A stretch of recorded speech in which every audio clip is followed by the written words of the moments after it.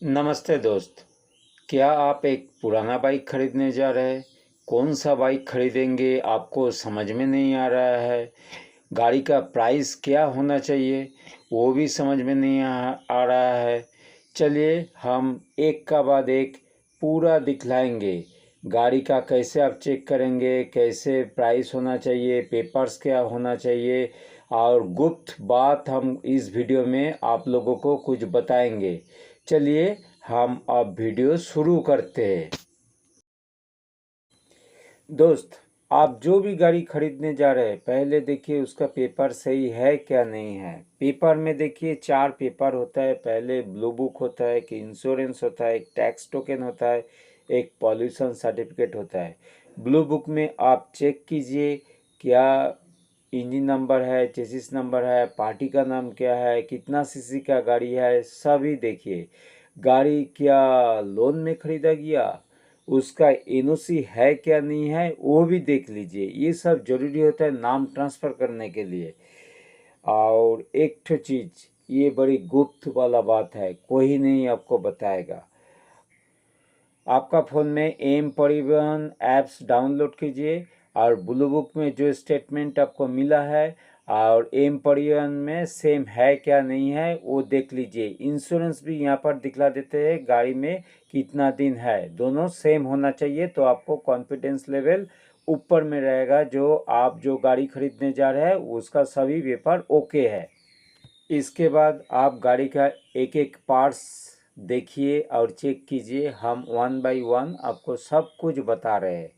पहले देख लीजिए गाड़ी का बॉडी कैसा है, गाड़ी का पेंट कैसा है, गाड़ी का जो फिटिंग्स है उसमें कोई क्रैक है क्या नहीं है, एक्सीडेंट हुआ है क्या नहीं हुआ है। देखिए इस गाड़ी में अभी बॉडी में हम दिखला रहे हैं कितना बड़ा क्रैक है, सीट का कवर भी उतना अच्छा नहीं है, सब कुछ देखने पड़ता है 1 बाई 1।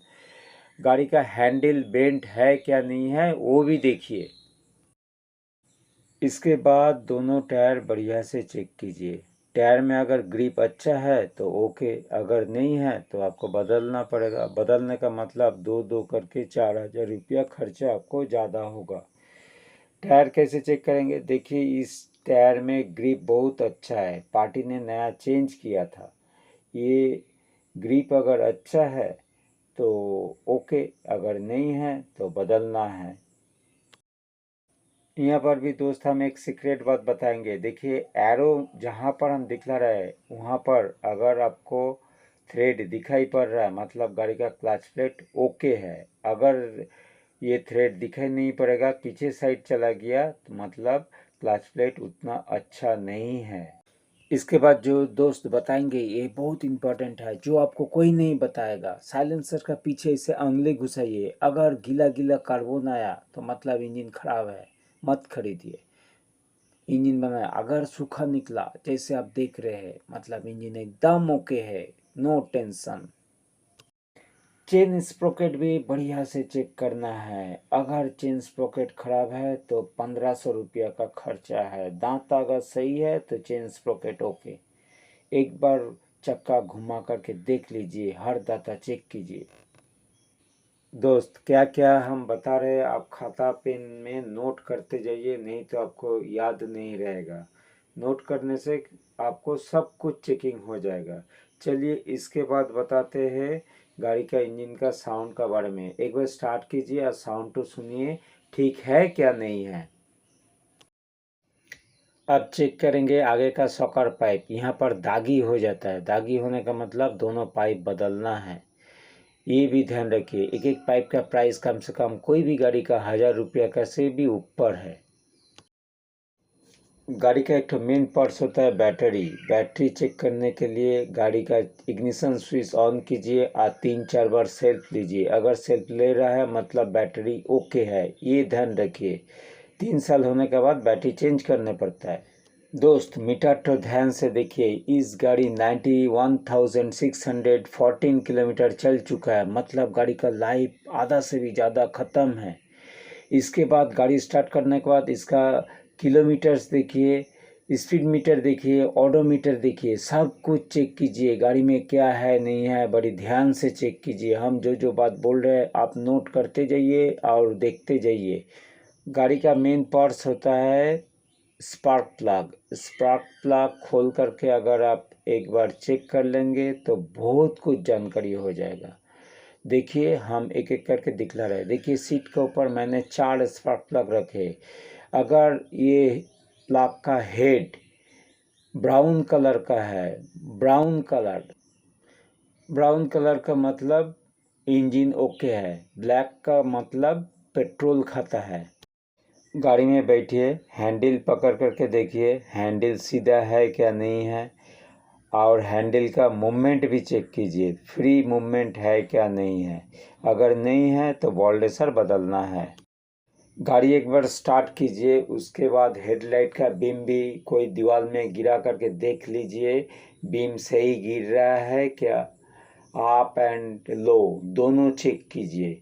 अगर दोनों सही है मतलब हैंडल भी ओके है, एक्सीडेंट नहीं हुआ है। बाइक का पेट्रोल टैंक का ढक्कन एक बार खोल करके देखिए, अंदर में अगर कोई रास्ट है मतलब वो ठीक नहीं है, गाड़ी बार बार आपको प्रॉब्लम देगा। टंकी का प्राइस कम से कम 7,000 रुपया होता है। इसके बाद ये जो डिस्क व्हील देख रहे हैं ये भी चेक कीजिए। ये गाड़ी तो 90,000 चल चुका है, इसका प्लेट बदलना पड़ेगा, ये तो बिल्कुल ख़राब है।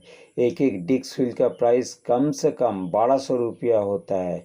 अगर ओके है तो कोई दिक्कत नहीं है, अगर ओके नहीं है तो बदलना बहुत ज़रूरी होता है। इसके बाद आपको गाड़ी चला करके देखना है, अकेले मत चेक कीजिए, दोनों आदमी बैठिए और कोई ख़राब रास्ता में चले जाइए। क्या क्या चेक करना है, गाड़ी का पिकअप देखिए, मीटर देखिए सही काम कर रहा है क्या नहीं कर रहा है, गियर शिफ्टिंग वो ईजी होना चाहिए, इंजन में कोई ख़राब आवाज़ है क्या नहीं है, हैंडल का फ्री मूवमेंट है क्या नहीं है, और दोनों ब्रेक ठीक है क्या नहीं है। दोनों आदमी बैठने से क्या होगा, आपको गाड़ी का शॉकर भी टेस्ट हो जाएगा, शॉकर ठीक से काम कर रहा है क्या नहीं कर रहा है। कोई भी बाइक्स में 2 स्टैंड रहता है, एक साइड स्टैंड और एक मेन स्टैंड, दोनों में रख करके देख लीजिए दोनों ओके है क्या नहीं है। इसके बाद कंपनी 2 इग्निशन स्विच भी देते हैं, आपको पार्टी ने कितने दे रहे हैं, 1 या 2, ये भी ध्यान रखिए। लास्ट में ये भी चेक कीजिए, गाड़ी को स्टार्ट कीजिए और स्पीड एकदम 0 से धीरे धीरे बढ़ाइए, आरपीएम जितना है उतना तक ले जाइए। देखिए स्पीड मीटर धीरे धीरे बढ़ रहा है, फिर धीरे धीरे स्लो डाउन हो रहा है क्या। अगर नहीं हो रहा है मतलब गाड़ी में या फ्यूल सिस्टम या कार्बोरेटर में कुछ प्रॉब्लम है, या तो इलेक्ट्रिकल प्रॉब्लम भी हो सकता है। गाड़ी का फुल स्पीड करने का बाद अगर साइलेंसर से धुआं फेंक रहा है मतलब इंजन ख़राब है, आपको इंजन बनाना है। वो गाड़ी में मिनिमम 10 से 15,000 रुपया खर्चा होगा ही होगा, ये ध्यान रखिएगा। गाड़ी का तो फिज़िकली सब कुछ टेस्ट मैंने बता दिए, ऐसे ऐसे करना है। अब प्राइस क्या होना चाहिए उसके बारे बताएंगे, बढ़िया से देखिए। यहाँ पर हम लिख लिए हैं गाड़ी का प्राइस 1,00,000 रुपया।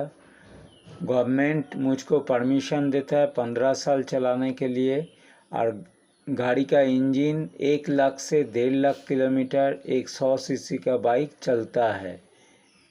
अगर बाइक 350 सीसी का होगा तो वो 1,00,000 से 2,00,000 किलोमीटर तक चल सकता है। ज़्यादा से ज़्यादा बाइक 3 साल चलाने के बाद ही बिकता है, 3 साल में ईएमआई भी ख़त्म हो जाता है। अब देखिए हम गाड़ी का प्राइस 1,00,000 रुपया रखे थे, साल 15 साल रखे थे, और गाड़ी बोले थे 1,00,000 से 1,50,000 किलोमीटर चलेगा, लेकिन 1,20,000 के बाद गाड़ी और अच्छा नहीं रहता है। तो समझिए 1,00,000 रुपया 15 साल और 1,20,000 किलोमीटर आपको मिल रहा है। 3 साल का बाद देखिए हर साल 10% करके माइनस कर दीजिए, मतलब 10,000, नेक्स्ट साल 10,000, नेक्स्ट साल 10,000, मतलब 3 साल बाद गाड़ी का वैल्यू हो गया 70,000, और इधर में 15 साल से घट करके हो जाएगा 12 साल। एवरेज में कोई भी ग्राहक पर डे 30 किलोमीटर के हिसाब से महीना में 1,000 किलोमीटर, साल में 10,000 किलोमीटर और 2 महीना छुट्टी समझिए, मतलब पर ईयर 10,000 करके 3 साल में 30,000 किलोमीटर माइनस कीजिए, गाड़ी का लाइफ रहेगी आपको 90,000 kilometre. 1,20,000 minus 30 equal to 90,000 kilometre. 3 साल का बाद जब 1,00,000 रुपया का पुराना बाइक आप खरीदने जा रहे हैं, उसका प्राइस पर या 10% करके माइनस कर लीजिए, हुआ 70,000 रुपया। 15 साल से 3 साल माइनस कीजिए, हो गया 12 साल। और पर डे 30 किलोमीटर के हिसाब से माइनस करते रहिए, महीना होगा 1,000 किलोमीटर, 1 साल में 10,000 किलोमीटर।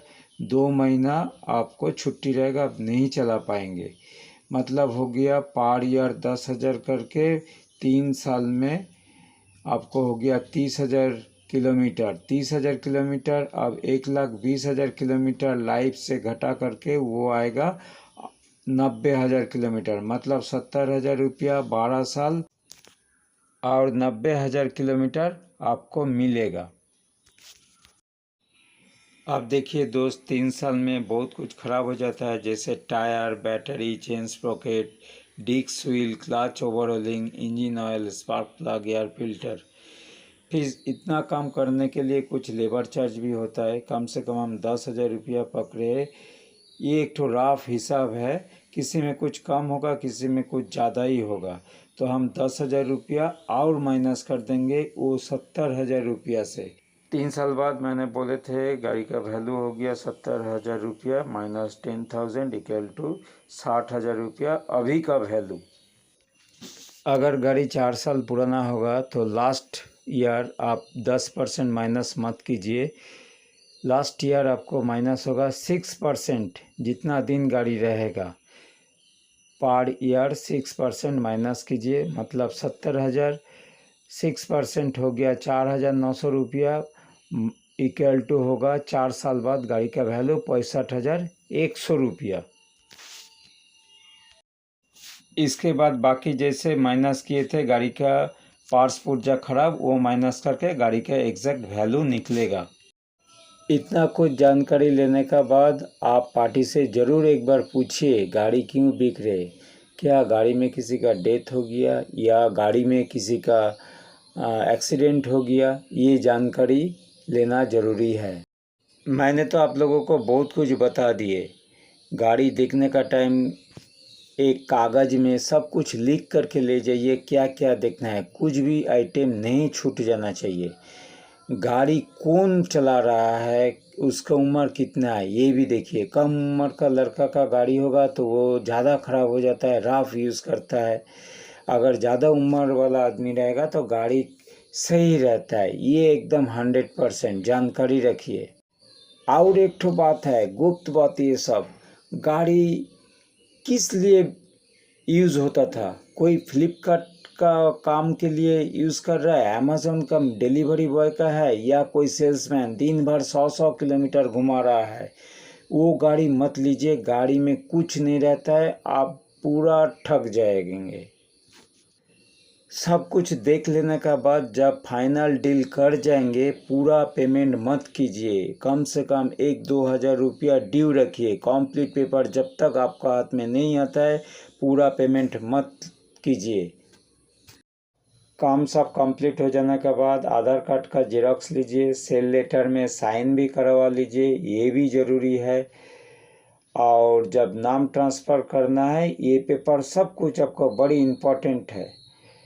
आज इतना ही दोस्त, अगर आपको अच्छा लगा ज़रूर सब्सक्राइब कीजिए मेरा चैनल को और थोड़ा शेयर भी कीजिए। थैंक यू, नेक्स्ट वीडियो में मिलेंगे।